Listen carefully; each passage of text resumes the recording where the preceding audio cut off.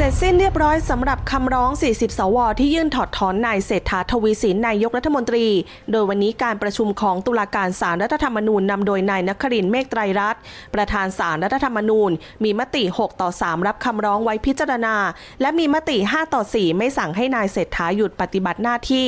ทั้งนี้บุคคลระดับนายกรัฐมนตรีนับตั้งแต่ก่อตั้งศาลรัฐธรรมนูญมาเมื่อปี 40 จนถึงปีนี้ 67 ในช่วงเวลากว่า 27 ปีที่ผ่านมา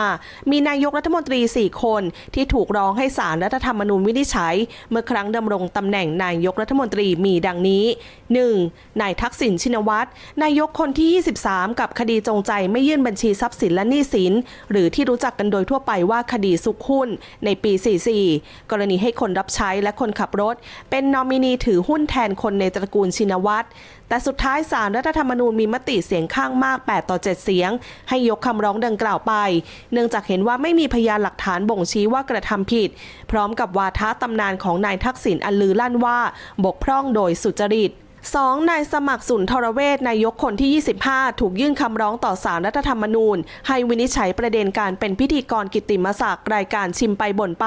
และยกขยง 6 โมงเช้าออกอากาศทางสถานีโทรทัศน์ช่อง 9 เมื่อปี 49 โดยศาลรัฐธรรมนูญมีมติเอกฉันท์ 9-0 เสียงเห็นว่านายสมัครกระทำการขัดต่อรัฐธรรมนูญ 50 มาตรา 267 เรื่องคุณสมบัติของนายกรัฐมนตรีจึงทำให้ความเป็นนายกรัฐมนตรีของนายสมัครสิ้นสุดลงทันที 3. นางสาวยิ่งลักษณ์ชินวัตรนายกคนที่ 28 ถูกร้องกรณีมีคำสั่งย้ายนายทวินเปลี่ยนสีพ้นเลขาธิการสภาความมั่นคงแห่งชาติเมื่อปี 57 จนนำไปสู่การร้องเรียนต่อศาลรัฐธรรมนูญว่าการย้ายดังกล่าวไม่ชอบด้วยกฎหมายเนื่องจากเป็นการเอื้อประโยชน์ให้แก่เครือญาติคือเปิดทางให้พลตำรวจเอกเพรียวพันธ์ดามาพงศ์เป็นผบ.ตร.โดยให้พลตำรวจเอกวิเชียรพจน์โพสีผบ.ตร.คนเก่าไปนั่งเลขาสมช.เบียดเก้าอี้ของนายทวินไปซึ่งศาลรัฐธรรมนูญมีมติเอกฉันท์ 9-0 เสียงวินิจฉัยว่านางสาวยิ่งลักษณ์ใช้ตำแหน่งนายกเข้าไปก้าวก่ายแทรกแซงการแต่งตั้งโยกย้ายเลขาสมช.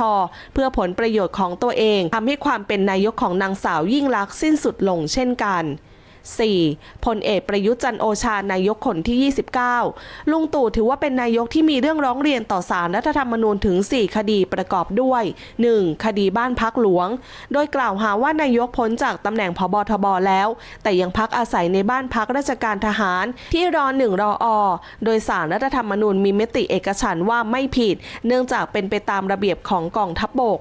2. คดีเป็นเจ้าหน้าที่ของรัฐเนื่องจากเป็นหัวหน้าคสช.ทำให้ขาดคุณสมบัติเป็นนายกหรือไม่นั้นศาลรัฐธรรมนูญมีมติเอกฉันท์ว่าตำแหน่งคสช.ไม่ใช่เจ้าหน้าที่ของรัฐเนื่องจากคสช.เป็นอำนาจรัฐาธิปัตย์เป็นอำนาจสูงสุดในการปกครองประเทศการทำงานของหัวหน้าคสช.เป็นการแต่งตั้งไม่ได้ขึ้นกับกฎหมายจึงตีตกคำร้องกล่าวหา3. คดีกล่าวคำถวายสัตย์เมื่อครั้งเป็นนายกปี 62 ไม่ครบถ้วนตามรัฐธรรมนูญมาตรา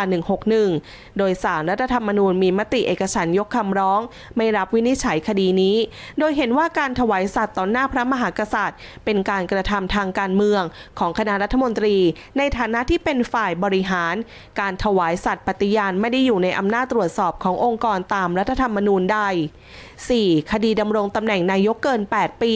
ขัดต่อรัฐธรรมนูญ 60 หรือไม่โดยมีการร้องเรื่องนี้เมื่อปี 65 โดยในช่วงรับคำร้องศาลรัฐธรรมนูญเสียงแตกโดยเสียงข้างมาก 5-4 เสียงให้รับคำร้องดังกล่าวและสั่งพลเอกประยุทธ์หยุดปฏิบัติหน้าที่จนกว่าจะมีคำวินิจฉัยถัดมา1 เดือนศาลรัฐธรรมนูญมีมติเสียงข้างมาก